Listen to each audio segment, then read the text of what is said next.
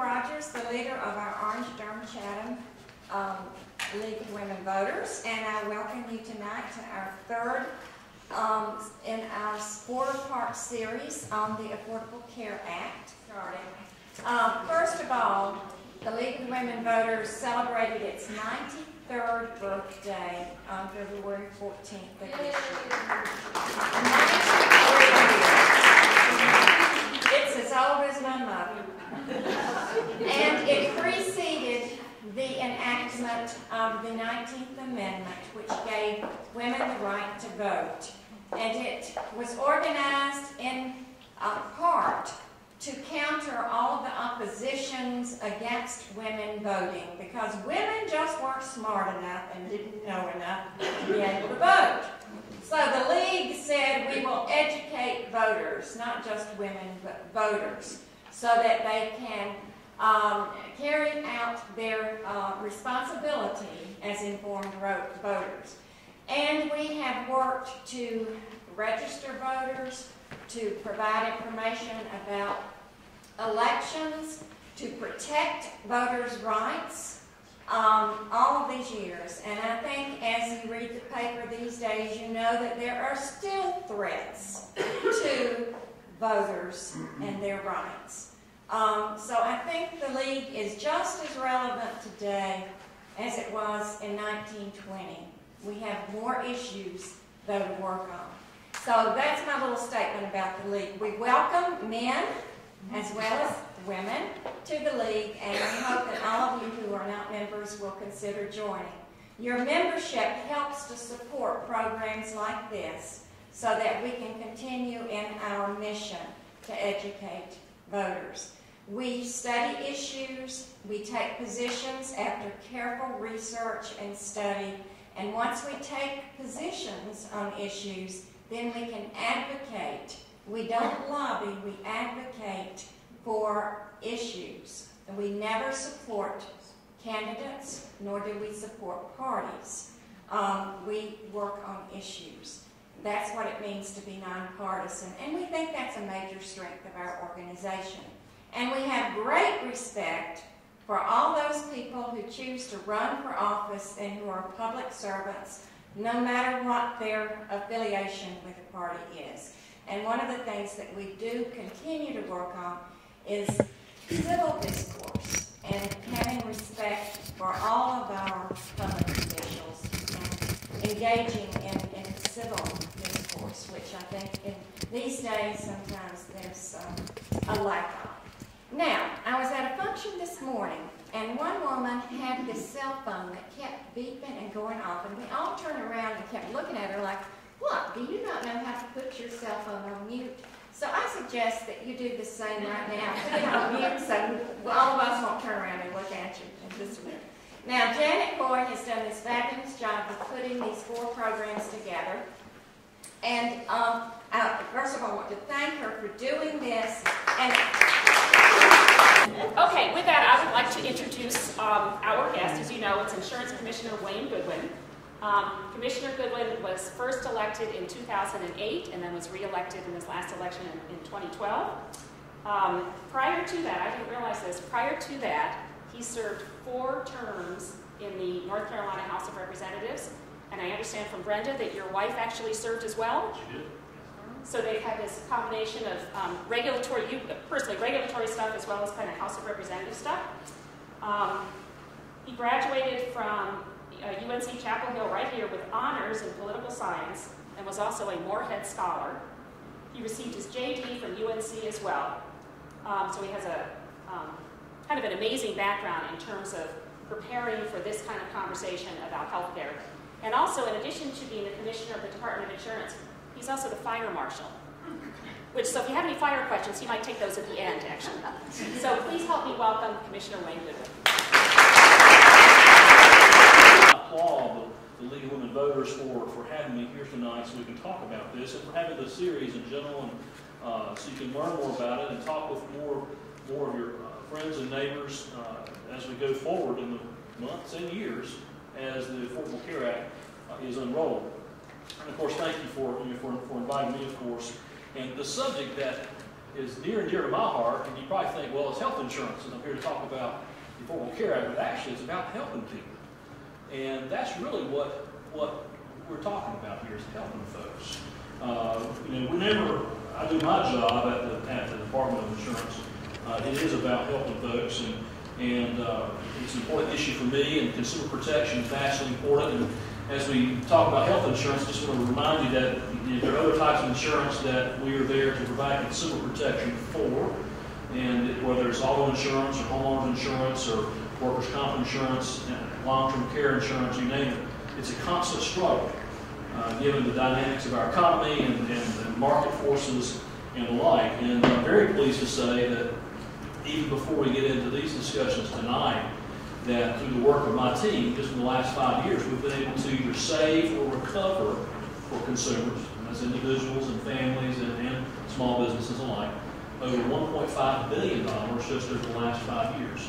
And a lot of that has been monies in folks' pockets, things they refunds, rebates, things that they were able to recover back. In other instances, we've been able to prevent people being charged for things that they might have been charged for otherwise. And I encourage you, as we go into this, when we get to the Q&A section of our program, if you will ask me about other things that we do, because you will be amazed at what the Department of Insurance does, and you've already heard the reference to my being the state fire marshal. And since I am state fire marshal, our exits are here. I guess it could be out that way another way. But that's why I'm here this evening, is to help folks and to help all of us understand some of the details that about this very complicated and yes, very contentious law of the land. And I know you wouldn't be here if you did not have a very passionate interest in knowing about it. And many of you probably know that's a great deal more than your average citizen. So let me go ahead to our first slide here. I brought a series of slides to help us understand things, but I don't get to use a slideshow as much as I'd like. So I'm going to push things like click here. There we go. All right.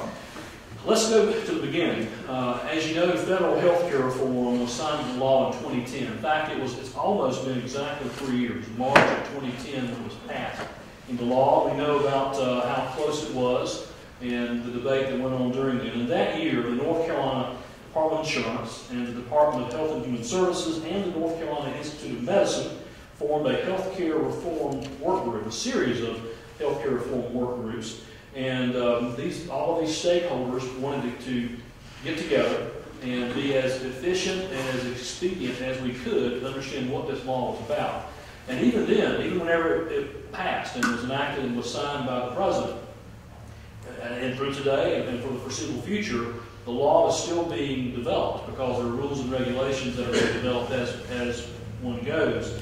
These work groups met very frequently and on very substantive conversation points, and met for over 2 years, involved more than 250 people, representing regulators, also representing healthcare professionals, insurance agents, small business owners, consumers, and other stakeholders.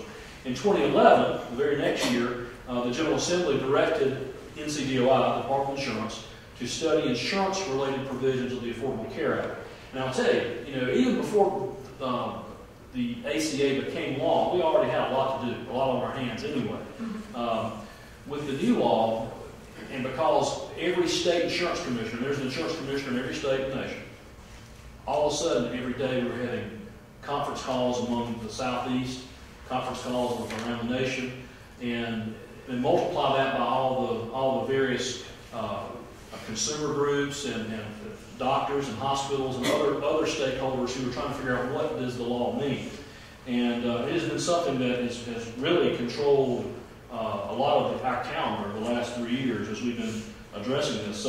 So while this is a federal law we're talking about, and we've been looking at it for some time, I'm still doing the very best I can to give you an overview. And please keep in mind that it is a work in progress. Probably been following Senate Bill 4 here in the General Assembly. Maybe there'll be some questions about that. So let's first talk about the ACA requirements. Look at some of the ways the Affordable Care Act has already affected health insurance coverage here in the Tar Heel State. As of 2010, Adult children who do not receive health care coverage from their employers may stay on their parents' plans until they're 26 years of age. You know, that's a very welcome fact for a lot of families. You know, more so than ever, we've seen folks who've gone home to be with their parents and for a variety of reasons, or to be on their parents' policies. And that's something which many families benefited from. And by the way, you will see a timeline, images of a timeline that I've captured. You'll see here on the screen. Image of a timeline from the healthcare.gov website. So tonight, if you have a pen handy, or if you want to just make a mental note, healthcare.gov, and gov is G-O-V, and you'll see what has happened over the course of the last 3 years. And that particular tool is easy to use, and will show you different aspects of the Affordable Care Act that are intended to go into effect starting in 2010 and going through 2020. In addition to the timeline, the website has a wealth of information on it about healthcare, so I encourage you to check that out. Again, it is healthcare.gov. Now, under the Affordable Care Act, health plans cannot limit or deny benefits or deny coverage for a child younger than age 19 simply because the child has a pre-existing condition. And we all know that a pre-existing condition is a health problem developed before the child applied to join the plan. Now, obviously, the term pre-existing condition is not one that is just applicable to children. It has been a barrier for folks who were seeking health insurance coverage, and that's just been the way the way it's been forever. And the Congress decided that it wanted to phase this in, that is, prohibiting the use of pre-existing conditions as a barrier to getting health insurance coverage. And the first phase of that was to provide this help for children first. This rule applies to all job-related health plans as well as individual health insurance policies issued after March 23rd of 2010. And the rule began to affect your plan as soon as your policy, the first policy year renewal on or after September 23rd, 2010. So presumably everybody who is following this will have already had this particular benefit provided to them if they have any dependent children under age 19. Now let's go forward a little bit further. As of September 23rd of this year, of this past year, September 23rd, 2012, health insurance issuers and group health plans are required to provide you with an easy-to-understand summary about a health plan's benefits and coverage. One of the complaints about just insurance in general is that people don't understand what it is that's in their policy. Now, I'll admit to this. I mean, we have folks that we help at the Department of Insurance, and they may have multiple PhDs, and they still don't understand the insurance contracts. It's the legal jargon and the doublespeak and so on is certainly confusing, and it can befuddle the best of us. And you can imagine someone who has not had any expertise or experience or ability to understand contracts, and that's what an insurance policy is. It's a contract. So one of the changes in the Affordable Care Act is to help folks understand what it is they're buying, what service it is that they are paying for. And if you know what you're paying for, you'll know whether you're getting it, first of all, and you also can know is it enough of the coverage that you need and other things. So it's certainly a consumer protection. It also helps you better evaluate your health insurance choices. You know, over a period of our lives, our needs change, and that's certainly a tenet of being alive. As things change as you get older, and you will need to be able to change your plan as your life situation changes. All insurance companies and group health plans must use the standard form to help you compare health plans, and it's called an SBC form. This form also includes details called coverage examples, which are comparison tools that allow you to see what the plan would generally cover in two common medical situations. You have the right to receive this when shopping for or enrolling in coverage, or if you request a copy of it from your issuer or group health plan. So that's another more recent benefit. And there's some other things too that have come about because of the ACA. And we're going to talk about these because they're getting ready to come online next. And again, I'm just giving you the overview. They say the devil's in the details. There's a lot of details. There's a lot of devil on this one, but just try to study as best you can. But again, that website timeline is extremely beneficial. And I'll talk about those that are coming online in 2014. And I'll tell you this, is that it is, when we say something comes online, it doesn't happen with a click of your fingers. You know, it takes months and months and years to go from point A to point Z in having any of these particular provisions come about. First, let's talk about the 2014 ACA requirements. Back in 2010, remember how I mentioned a moment ago that about pre-existing conditions, they wanted to phase the prohibition on the use of pre-existing conditions for folks, and they phased it in by helping dependents who were 18 years of age and younger. Well, in 2014, we go to the next phase, and that's when adults and dependent children 19 years of age or older may not be denied coverage due to pre-existing conditions. Again, phasing that in because, as you will hear tonight, and as you will hear more so in the coming months and years, is that the Affordable Care Act is providing greater coverage and greater benefits, and with additional benefits and additional coverage, it will cost more. And the key is trying to keep costs down while providing greater coverage, particularly for folks who have never had coverage, but greater coverage for folks who presently may not have what they need at this time. Now, next is that health insurance issuers in the individual and the small group markets will no longer be able to use factors, and I've already mentioned one, pre-existing conditions. They will no longer be able to use pre-existing conditions or health status, claims history, duration of coverage, gender, occupation, and small employer size and industry to charge consumers greater premiums. Health insurance companies may only vary premiums based on age, tobacco use, family size, and where an insured lives. The takeaway from that is this, is that a great many more people are going to are eligible for and receive health insurance coverage who may have been either prohibited from getting coverage at all, or who may have had to have a waiting period. You may remember with the bar on pre-existing conditions, you used to have to wait a period of time before you could get coverage. So with these guaranteed issue types of requirements for insurance companies, you're going to see a change in premiums. But the key is also is if more people, if everybody who is either able to be in the private insurance market, or if due to the poverty formula is Medicaid eligible, the more people you have, presumably if everybody is in that pool, then it will help keep costs in check.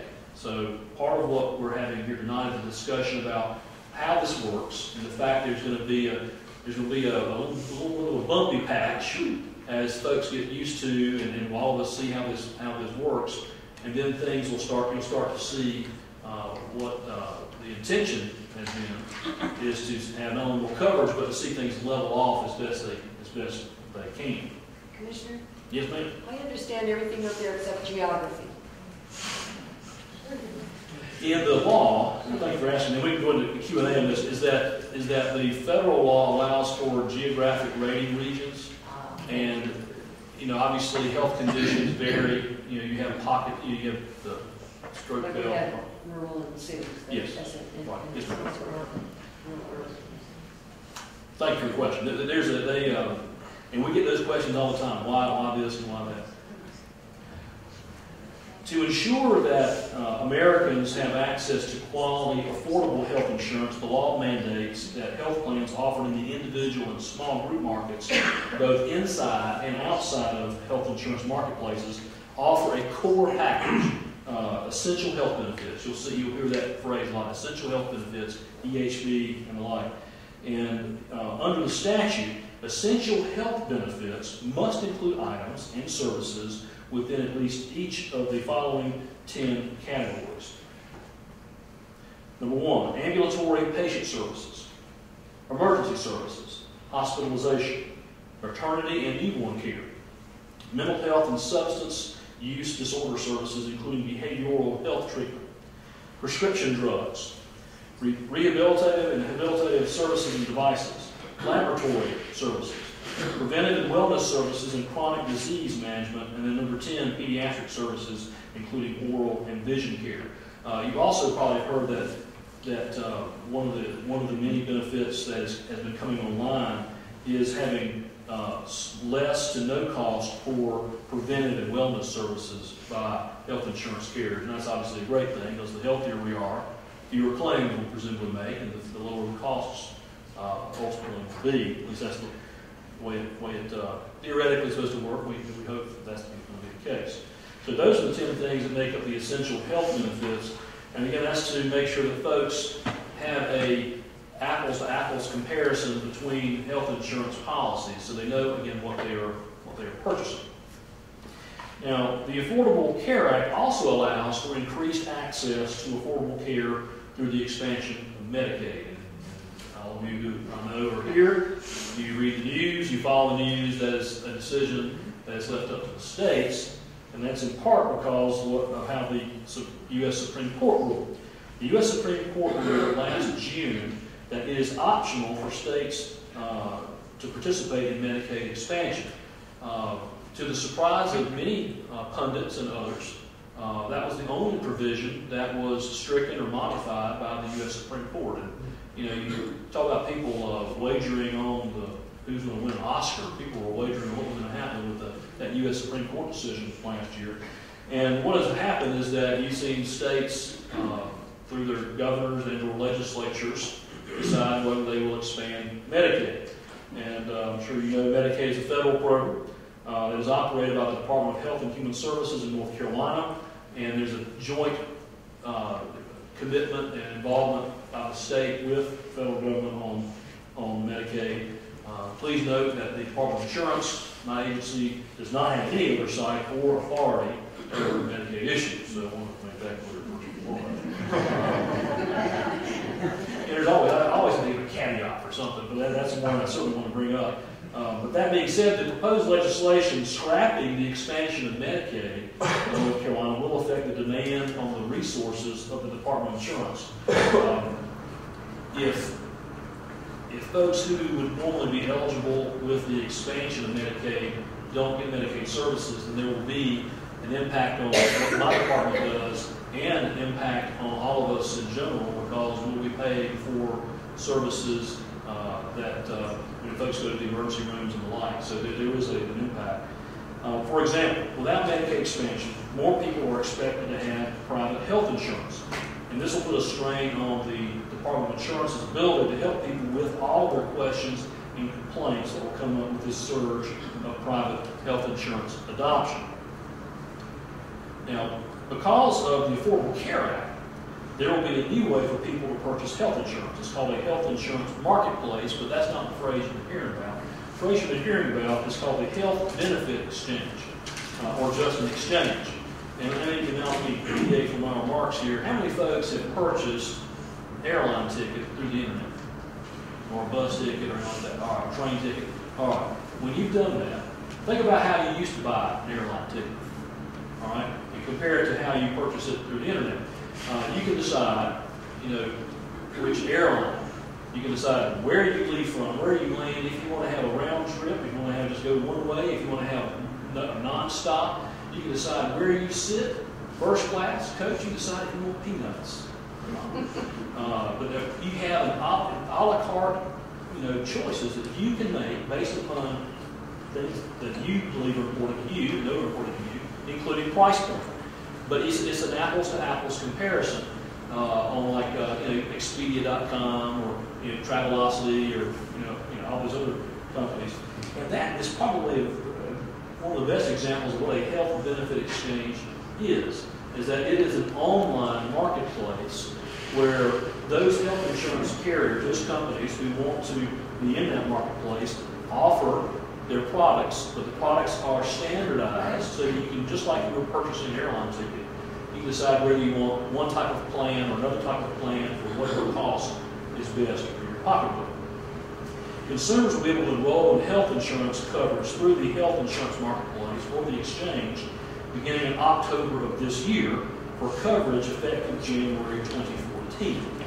Now, going back to Senate Bill 4, which was voted on today in conference committee, right about the Senate and House floors, you will note that not only was there a denial of Medicaid expansion in the state, there was a decision made to not have a state-based health benefits exchange, but to have a federal exchange.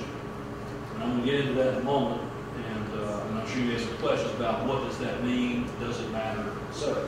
But let's first talk about what is this marketplace and how it works. And I think it's good to know, too, we talk about elections, we talk about, information, and information is power, but in looking at how ideas are developed, if you think about what is this health insurance marketplace, where did the idea come from? Did it come from Congress in March of 2010? Well, if you do your research, the idea of a health benefit exchange has its origins with the Heritage Foundation in the 1980s. And that's where it started. That's the genesis of it. And of course, over the years, it was advocated for by, in many ways, President Reagan, and then by other leaders nationally. And I'm sure you recall during the presidential election contest, there was discussion about what Governor Romney did in Massachusetts and how that involved the health benefit exchange. And it's just amazing to me, and it's not a partisan statement. Being in politics, I'm always amazed to see how in the political process, what was a good idea for somebody one day, when it's adopted by somebody else, they changed it too. And that's happened a lot. I mean, you can look throughout history. You can look at civil rights, voting rights, you can look at other women's rights, you can look at everything. And sadly, any human nature, I don't know, but it's frustrating as heck. I mean, just look at it. Just go back. You can look throughout American history. You'll see one side took a position, and then because it was politically expedient or for whatever reason, they changed the tune. But I digress. What is a health insurance marketplace? A health insurance marketplace, as I mentioned, is an online application. It's a website. For some reason, it's not angry. I've heard of too many websites that people angry, but it's a website where individuals and small businesses can research different health insurance plans, like we're talking about, like buying an airline ticket, compare the benefits of each, and sign up for health insurance coverage.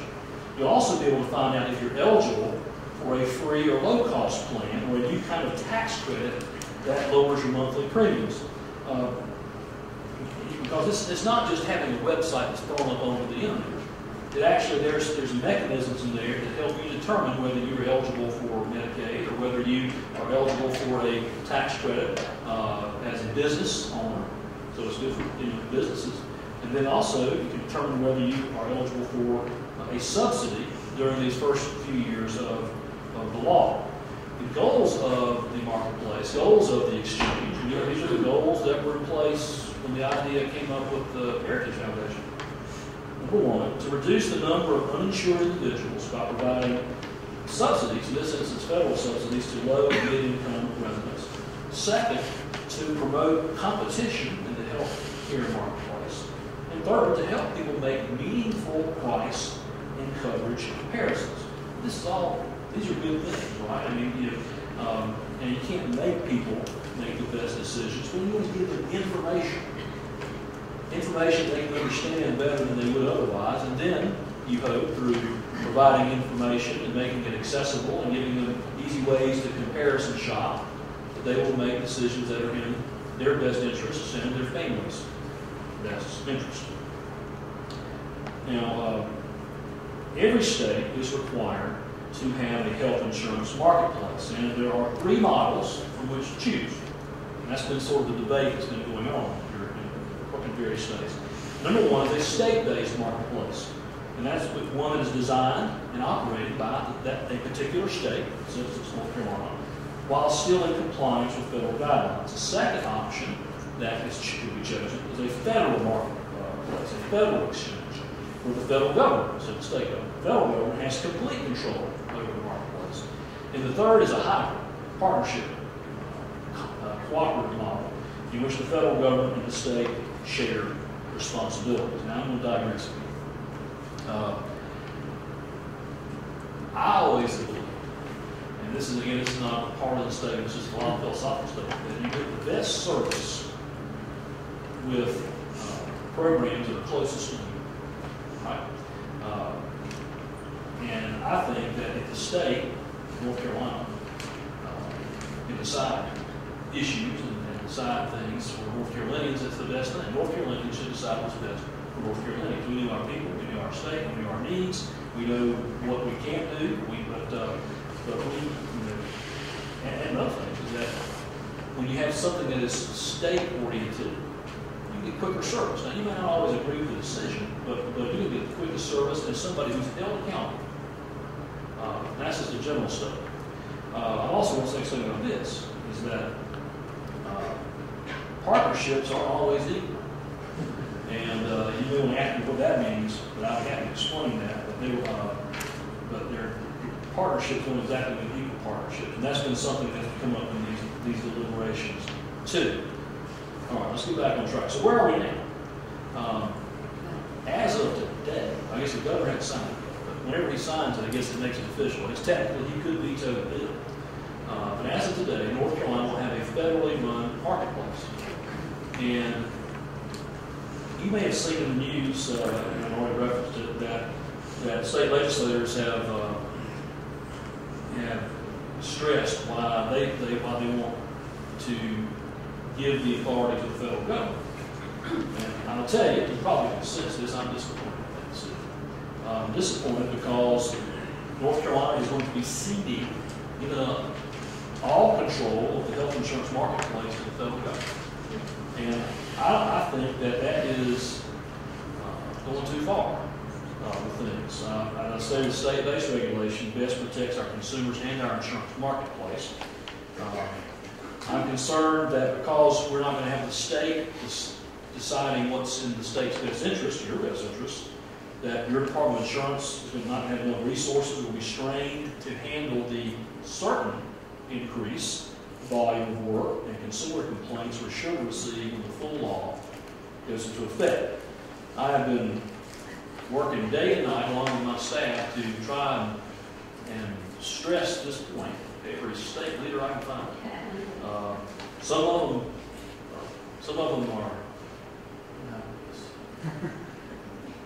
them are listening more than others. And we've been doing everything we can to answer questions. Again, the concern I've got is that the way it's being decided a year ago,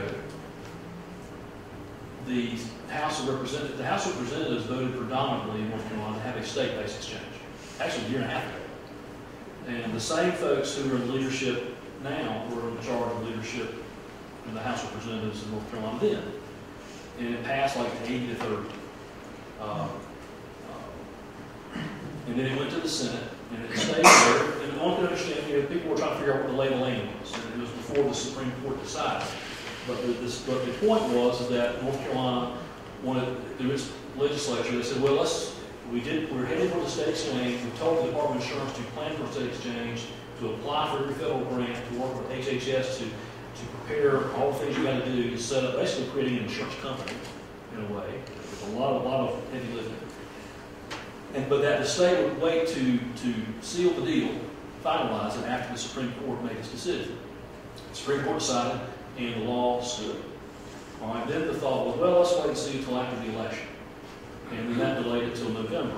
So a year and a half passed while we're working towards a state exchange based upon state law, based upon what things have been moved. And starting in, December, just a couple months ago, we learned that the direction's going to change.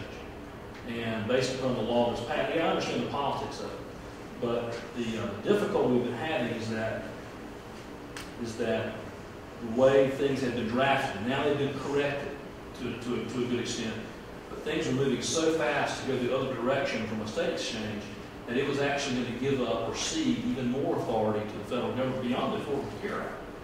And that was going to lead to a a huge marketplace disruption.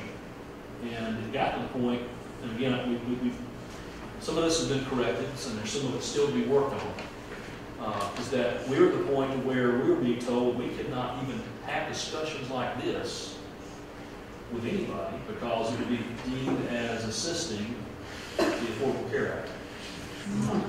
The state of Missouri, its legislature, before it was, I believe, vetoed, made it a criminal act to discuss the Affordable Care Act. Did you see it? For their officials. Right. So they're making it against the law to discuss the law. But again, I digress.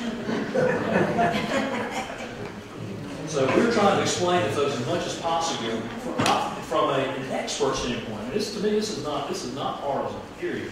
It's like this is the law. Wherever people were on the issue at all, you know, if you're for it, against it, in the middle, whatever. I took an oath of office when I was sworn in again to follow not only the state constitution but also the federal constitution. And it says to follow the state constitution, not inconsistent with the federal constitution. And so anyway, I have to do what the law is. And of course, right now we're trying to figure out what the law is going to be here in the state.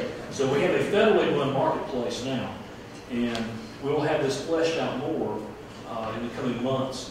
But it's an interesting dynamic because this is still an experiment. And I can understand why people have lots of questions, but this is new. But it's frustrating whenever we're told to do something for 3 years, 2 years, and we obtained $74 million in grants, and we're told that to give them back. And so that which means that North Carolina taxpayers will have to pay for these systems instead of grants that we're already paying for, that we paid as our taxes coming back to us as grants. So it's very frustrating, but who knows? Things may change. It may be that maybe things will change. I don't know. But in the meanwhile, though, in terms of where are we now, we're going to do everything we can to help people, and that's my obligation, to help people. And if providing information is the way to help them, then by God, that's what I'm going to do. But my duties are written in the state statute, and it's going to be interesting to see how those develop in the coming years. But let's talk about what we do already. And how many of you heard of the SHIP program? All right. Well, I hope that you have good thoughts about the SHIP program, the Seniors Health Insurance Information Program. It is, I would say, the crown jewel of what we do at the Department of Insurance. We were either the first or the second such program in the nation when it was created. It was heralded by then President Reagan in the late 80s for what it does in providing and assisting Medicare beneficiaries and their caregivers with their questions as changes unfold. It gives, as you see on the screen, it provides one-on-one counseling for Medicare beneficiaries and caregivers, Medicare, Medicare supplements, Medicare Advantage, Medicare Part D, long-term care insurance, and the like. And while we're here, there's the toll-free number up there, 800-443-9354. And what also makes it, and really what makes it the crown jewel, is that I do have employees at the department, and they work and do different types of insurance. But in this area, in addition to my paid staff that focus on the SHIP program, I have 900, that's 900 certified, annually trained volunteers all across the state. Every county has folks in it, and they operate through your area council on aging, through your senior centers, through, it's just amazing, and the folks who will help, because many of these volunteers are folks who are receiving Medicare and Social Security and other things themselves, so they know what people are going through and they're making these decisions. So they're giving independent, one-on-one, unbiased counsel to folks, and very often we help people save money. I've had the opportunity to sit in on some of these sessions, and we'll help folks save lots of money. It could be from hundreds of dollars a year, in one instance of several $1,000s a year. So this is the SHIP programs that we provide for folks who are predominantly Medicare age. What about folks who are not Medicare age? And this is something that's Now, the ship was started by my predecessor, Jim Long. How many folks remember Jim Long? Sure. We missed him. He only had a month of retirement when he passed away. But we still use the same consumer services number, still 1-800 Jim Long. So we still keep that. But what about folks who are not of Medicare age? And this is something that I created, is the Health Insurance Smart NC, otherwise known as Smart NC. And these counselors assist North Carolinians in identifying opportunities for health insurance coverage, learning about health insurance-related issues, filing appeals or complaints if you had a service has been denied or coverage has been denied, helping you get external reviews. Like we're the last, if we're the last say on whether something's covered or not. If your health insurance carrier says no, we're not going to cover this, and you appeal it, and you keep hitting the brick wall, and then you come to us. Statistically, about half the time we determine that your policy should have covered a particular item. And all of this is offered to citizens at no cost in our Smart NC program. And we've already managed to return more than $1.9 million worth of services just in 2012. And I did this reconsolidated department to have this division about 18 months ago. We have an incredible staff of professionals, and I know they work to the best of their ability to help people get answers to questions they need. If you want to contact them, or if you know somebody who's not of Medicare age who has health insurance questions, the number is 877-885-0231. I'm going to go to another area here. If you want to write it down, I'll be happy to email it and provide it, and I can share it with, among your members. We have many resources, as you can tell. Consumer Hotline, that's the one that still spells out 1-800 Jim Long, by the way. 800-546-5664. 1-800 Goodwin was taken. And I already gave you the Smart NC number and the ship number. The website is ncdoi.com. If you're taking notes, I'm going to give you my personal email address, my work email address. You're welcome to contact me. I do respond, and I can loop in on experts as we need them.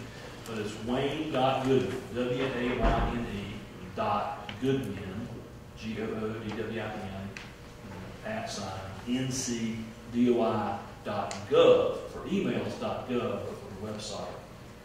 It is .com. If you didn't manage to get all this information on paper today, just remember the website. Think of North Carolina Department of Insurance, ncdoi.com. You'll find a wealth of information there. You're also going to find these other items of resources for you. I've already mentioned healthcare.gov.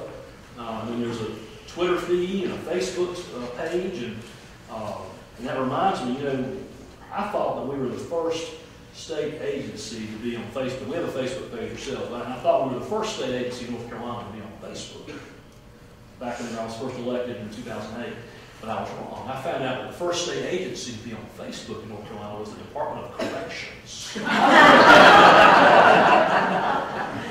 Everybody's a friend, I guess. But apparently, it's the way to put face in the wall. But in spite of the complicated and controversial nature of the Affordable Care Act, my priority, as I hope you have gleaned, is keeping the Department of Insurance focused on helping people, helping North Carolinians. I want to make sure that our consumers are protected and to assist them as they navigate what has turned out to be quite a maze of legislation. Even if we don't have all the answers right now, I'm not discouraged. A little frustrated. You heard a little bit of that a moment ago.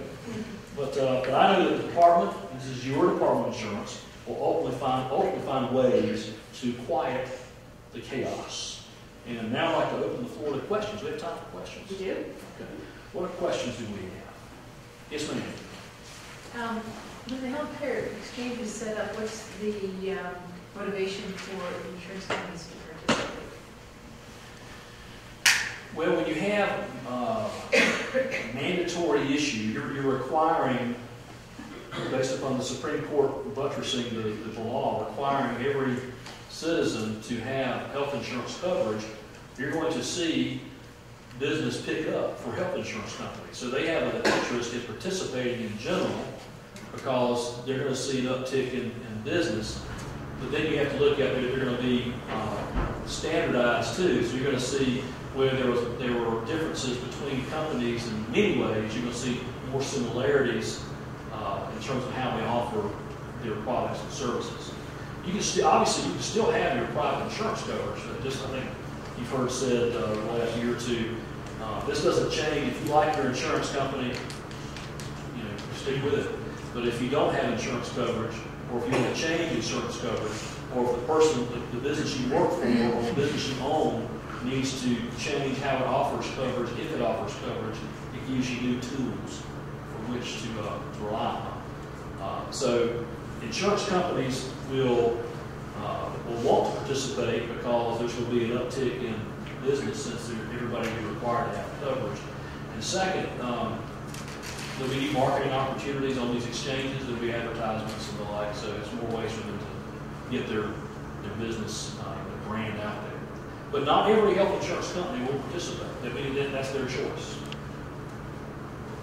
So this will bounce around a little bit. Yes, sir. Then we'll come back to you. You're inside the state government. Do you think there's any hope that our Republican legislators will change in some months or a year or two and accept the Medicaid expansion? Now, I can't read minds, but as a former legislator, I'll tell you that there's always a learning curve, and so you have that in play. You also have the fact that we have the largest turnover in legislators, regardless of one's party affiliation, the largest turnover in modern times, probably since the Civil War. It's been that how big of a change it was. So there's so many new people there. I think that's had an impact, and I think ultimately, as we see things roll out, and as we see and learn about experiences in other states, that North Carolina can always change its mind, or it may decide based upon those experiences to stay where it is. So they have not made decisions that are eternal. But I do hope that they will ask questions, because a lot of what I've heard, and I don't know everything, I tell you, but I've learned a lot as insurance commissioner, and particularly a lot with the staff that I've got, great experts, actuaries and lawyers and others who are just they know this stuff like the back of their hand. And I'll tell you that anybody who says they know everything about the Affordable Care Act, whether they're for it or against it, that's not the case. But I encourage, particularly folks who have been so adamantly,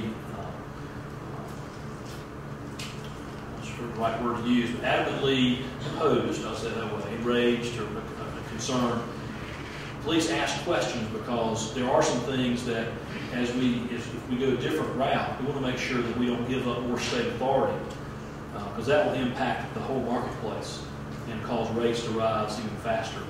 And I'd rather help control those things. My job is trying to help try to keep things as calm as I can and protect consumers. If that authority is not in my hands, then that means there'll be chaos. So I haven't given up hope. This lady, and then we'll go to that. Yes, ma'am. Among the states, what has been the tendency to choose with regard to exchanges, the federally run, the state run, or the partnership? I believe that, and the numbers are shifting some, I believe that in the lower 20s, 24 to 26, so about just under half, I believe, have selected a federal exchange. And then you had about 26, maybe my number wrong? Not quite. 17, one of those is the District of Columbia. 17 are doing it exclusively on their own. Another 8 are joint. Well, I'm combining. The question was when you're doing state, and then you got partnership, and then you got, remember my comment earlier, partnership is not equal.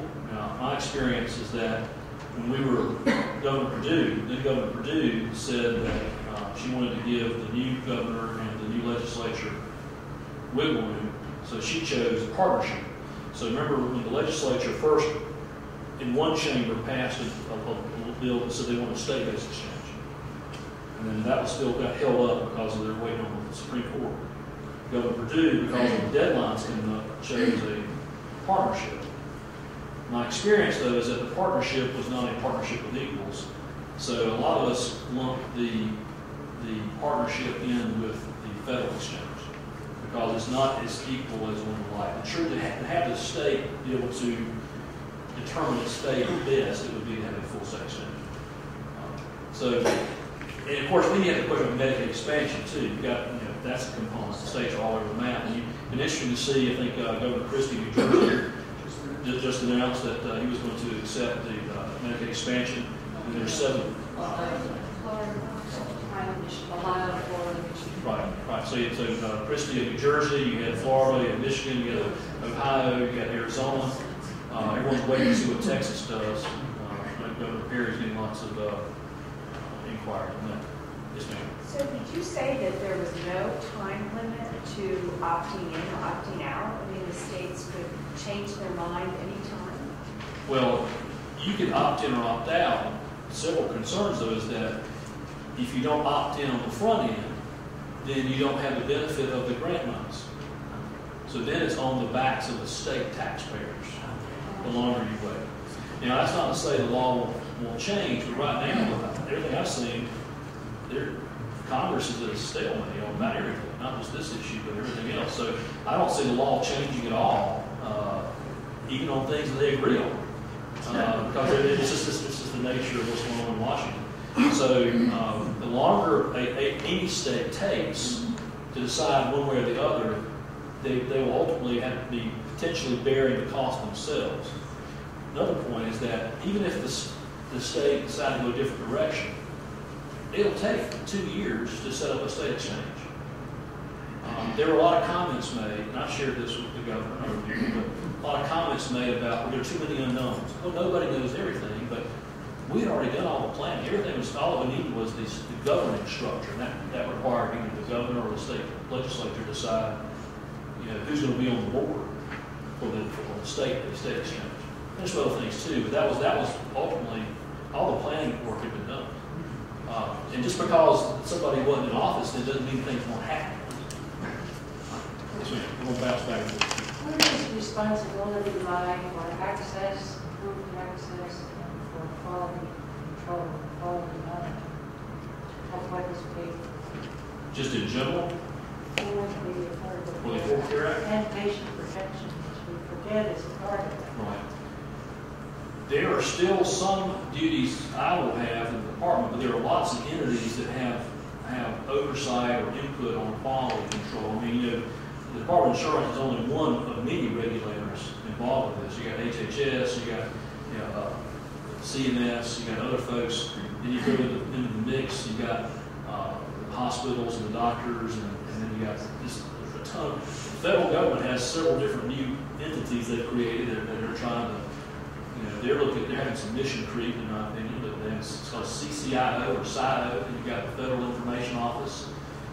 There's a lot of different entities that will have some impact of oversight on quality and or on cost. My concern is about what's best for North Carolina. I'd rather have folks that we know and that we can hold accountable here to make those decisions. And what about the improved access? When there are probably not enough practitioners, service providers for. Well, that goes beyond this. Obviously, we're just now becoming a more urban and less rural state. We're seeing that in the legislature now. We now have predominantly urban legislators as opposed to rural legislators, and the need for more doctors and more other medical professionals, nurses, and the like. That's going to be a growing issue. Is it one that your office gets involved in or not? This office does not. But I am concerned about it because it ultimately affects insurance costs. It ultimately affects what I'm able to do for consumers. So everybody has an interest in it, but who ultimately has control over it, it's not this office. But that doesn't mean that I don't want to help. I think it was Pam Silverman. Yes. It's the medicine, yes. Yes, They have a huge role. inferred, I think if I'm remembering right, that if the state did not agree to expand Medicaid, there was some question about whether the subsidies for the exchange would be available. Can you explain what's going on? That is a question. That's still one of those, that is a gray area. Is that given the direction that more states than anticipated are going, there's a question about whether the subsidies will be available for these folks, and that's a federal decision on that. My hope is that folks who need the subsidy have access to the subsidy. I mean, ultimately those dollars are your tax dollars. Some people have said, well, that's money we're borrowing from some other country. Well, we're still all responsible for paying it back. I'm responsible for paying it back, but I want to have the benefit of it. But again, that's just not me. Let's do it in the back. Yes, ma'am. Hi. I'm a ship volunteer. Thank you. You're welcome. But one of the questions I have with this federal exchange, I spent a lot of time training people on how to use the excellent tools to compare health plans and drug plans at the federal level. The software tool is great. Are we going to have that kind of a program for North Carolina to help people to be able to use this tool to select their insurance? Are you going to have a SHIP kind of volunteer program to help with that? That is an excellent question, and that's actually been among many things that have been debated. Is this point? Is that right now we have folks who are Medicare eligible.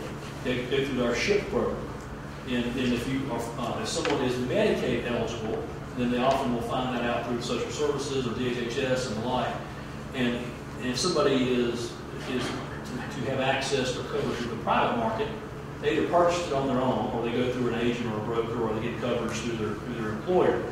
All right, the Affordable Care Act creates something called a navigator, and it's been a hotly debated topic about, okay, a navigator, who is that? And it's someone who is trying to help steer somebody through this website, the exchange website, to determine what their options are. And one of the concerns I've got is, and again, is that I don't want someone giving counsel unless they've been trained and certified here in the state. And so now you're seeing some states realize that there's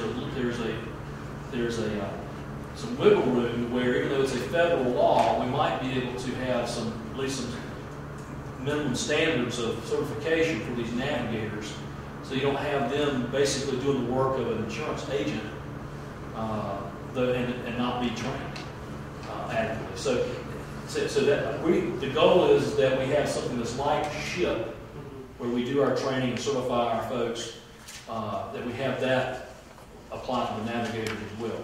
Is that the 900 individuals you were referring to before? Those are separate. The our SHIP program. SHIP has nothing to do with it's not the Affordable Care Act. And they can't cross the lines to do any assistance. I mean, I would think not, because I would think not, because this is different type of products involved, and our SHIP counselors are not trained on the private insurance market, these types of items. So if it's coming from the federal, right, these exchanges, they bring their own people in to set this whole system up in the state? Potentially, and this is another reason why I think the state should have a state exchange, is that, and this is why I mentioned that partnerships aren't equal.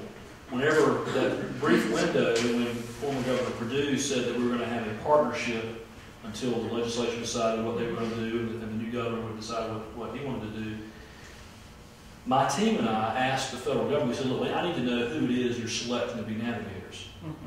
Do they live here? Are they felons? Who are these people? I mean, and they told us, sorry, no, we're not going to tell you.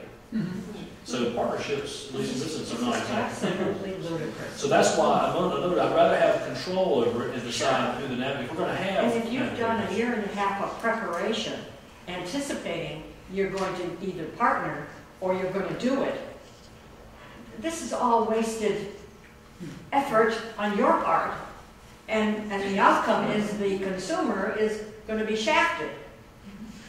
You've thought about these things.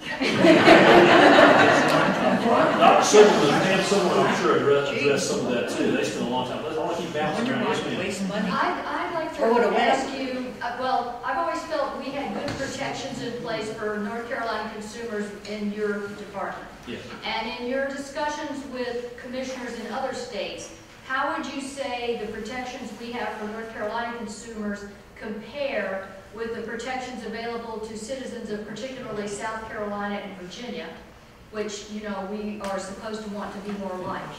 And do you feel that there is a potential in the coming legislative session for you to lose any regulations that you might feel are too important to be lost? Excellent question.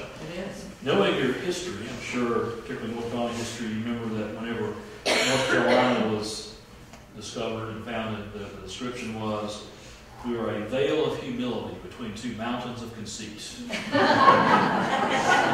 Mountains being Virginia and South Carolina. There have also been people lately saying that North Carolina is changing. I'm not going to comment on that, but I will say this, is that there have been folks who are advocating that we become more like other states. Many of the other states have fewer consumer protections. Yes. And it has been said that we should open up and allow people to buy health insurance across state lines. Well, if the insurance company's licensed here, that's okay. But what's being proposed by some folks is to allow you to buy health insurance from a health insurance carrier that is not licensed here, but is licensed in some other state, like Idaho, or Wyoming, or Vermont. You know, nothing against those states, but what happens if you have a complaint? What happens if something occurs and you need to get help from your insurance regulator? Yeah, so it's nothing. Yeah, what if, who knows? It could be anywhere. You know, if the product and the company are not licensed here, how am I going to have the authority to help you? That's right. And is the commissioner of insurance in Idaho going to care who you are? Because you don't vote for the governor or in the states you don't want to vote. So there are folks who are recommending that there be allowed open season and let you buy health insurance from companies that are not licensed here but are in other states. And I think that's not only is that bad for consumer protection, it actually puts at a competitive disadvantage those companies that are following the law and are offering the things that our legislature says are essential in our health insurance coverage. So that's the direct answer. The broader answer is that I'm always concerned that there are interests who want to deregulate and tilt the scales away from consumers. Mm-hmm. My job is to make sure that we've got a balance. And I didn't get to go into all, nobody's asked me yet about this, but what all I do. But all the things that I do ultimately involve balance. Consumers want to make sure that they are protected from excessive insurance rates, protected from inadequate insurance, and also protected from unfair insurance discrimination. And there are all kinds of ways that discrimination can occur. And at the same time, insurance companies, whom we don't force to write here, they choose to write here in North Carolina, insurance companies need protection in that they need to make sure that they are not competing with insolvent insurance companies. They also want to make sure that they are free from fraud, that if there's fraud going on, that's detected and dealt with, and to make sure they can make a reasonable profit. If consumers can't afford the products that are being offered, that hurts the companies and the consumers. And if the companies aren't selling products that are based on monies and reserves, and is based on fraud or based on insolvency, that hurts consumers and the companies too. So my job is a balancing act, but there are folks across the country and in this state who I'm sure they may mean well, but whether they intend it or whether they don't intend it, but as a result of it, they want to tip the scale away from the consumers. I guess it'd be like that, away from the consumers, and that's not a good thing. Yes, ma'am. I understand your concern about all the work you did on the state plan and so on, and not being able to do that to happen. But it seems to me like a worst case scenario would be for us to have a state plan and then not have to fund it adequately for you to implement it correctly. And that could have happened, which seems to me worse than having the federal government do it. And I wonder if all those states that are going to be having the federal government run the plan, seems like there's going to be a lot of money for advertising on television and national groups involved in making those work right. And I wonder if it could backfire on the people who are against Obamacare, because like Medicare, which is a federal program, and that's why the SHIP program works so well. Maybe there will be a SHIP-like program in all these states that have the federal government run it. Maybe these will be, you complain to the federal place when you don't like what the insurance company is doing. Could it be that in the long term, this might turn out to be a good thing? Because it's a step towards standardizing the country. It's a little bit of a step towards having everybody have the same health insurance. Well, and that's you know, I mean, first of all, anything's possible, I suppose. But you know, there are folks who said that they prefer single payer. You're right. That was an option Congress could have gone. They didn't go that direction. But it seems like a step in that direction. But I do want to correct one thing, though, is that the state exchange, if they're set up over the last few years, over the next several years, the setup monies would have been part of grants. The state would not be responsible for that. You didn't have to apply for the grant. Oh, yes, we apply and fight for the grants. But what I'm saying is that if you were able to do what was needed to set up an exchange. Exactly, but what if you didn't get the grant? You know, if the state really wanted to be. If the state didn't get the grant, then it would not be granted a state exchange. You can't just create it. The state exchange has to be approved by the federal government. Okay. So you don't just, you know, I'm glad you asked that question. Now there are proposals to have what about private exchanges, and that's being debated right now too, which is where it's through the private sector. All I know is that we need to do what we can to help make sure that North Carolinians have greater access to affordable coverage, and that we have a competitive market, and that if there's monies being used and it's our monies, you know, I don't want monies that we've paid not coming back to North Carolina. The example that she gave about the easy to thing that SHIP has, that's the kind of thing they need for the exchanges, and it seems to me like that's the kind of thing, because it's going to be hard for people to understand. You're going to have that no matter which exchange you got. It's just that with the state exchange, you actually, the state people you know are setting the rules, and you can go to change it if something's not working right. As the example I gave about the partnership, feds didn't even want to share with us who the navigator is going to be before they chose them. With the federal exchange, we don't have any input hardly at all. But excellent questions. I want to make sure, I know we're running out of time almost here, and I know you have a joke you want to tell. Do you have a question? Yeah. You touched on discrimination, and you said they were going to be able to raise the rates based on geography. And my guess is that the folks that live in areas where coal energy plants are and where landfills are being put, and those people have higher incidences of illnesses. I'm guessing that's the geographical areas that they're talking about. And, you know, we just don't put these toxic facilities near Meadowmont or some of the better neighborhoods. And so... Just to pull one out of the ear. Yeah, and it's generally the low-income minority neighborhoods. So what are you, as insurance commissioner, going to do to protect these vulnerable people from being exploited by these insurance companies? Well, that's why I need to have as much authority and not only maintain, but have as much additional authority to speak up and have input in shaping these decisions. You know, I gave you an example a while ago. I wasn't joking. There were legislatures that were making it illegal to even speak about and give counsel to folks about the Affordable Care Act. You know, for one of the things is to fight craziness like that. I mean, why is it against the law, or even to think about being against the law, to explain what the law is and give and tell people what their options are? Anytime that I can step up and speak out and motivate folks and fight against unacceptable practices by insurance companies and also by others. I mean, as I mentioned, the federal government, they don't know us as well as we know us here.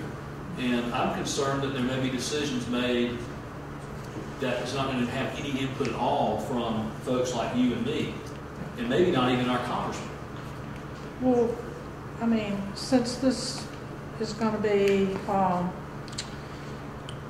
managed by the federal government, who do we need to talk to about this whole geographical thing? Because to me, it's another form of racism. Yeah, and we've seen that in other places too. I grew up in Richmond County. How many of us know where Hamlet is? Hamlet's my hometown. You probably remember Hamlet had a big fire back in 1991. But the other thing that Hamlet and similar communities is known for is that federal and the state government at one point wanted to put a low-level radioactive waste facility in my hometown. Mm-hmm. And in large parts because of the socioeconomic status and because the political status was that folks could not fight back, mm-hmm. and they didn't have the high-priced homes and the other amenities that metropolitan areas had.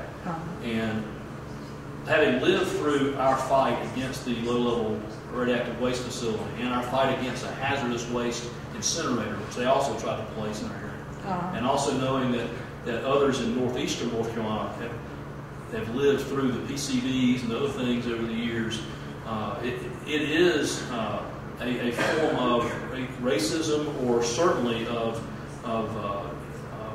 discrimination. Yeah. When you have decisions being made to place unhealthy entities in communities that can't protect themselves. So I will fight every way I can, but on this it's going to take, I would suggest Congressman Price.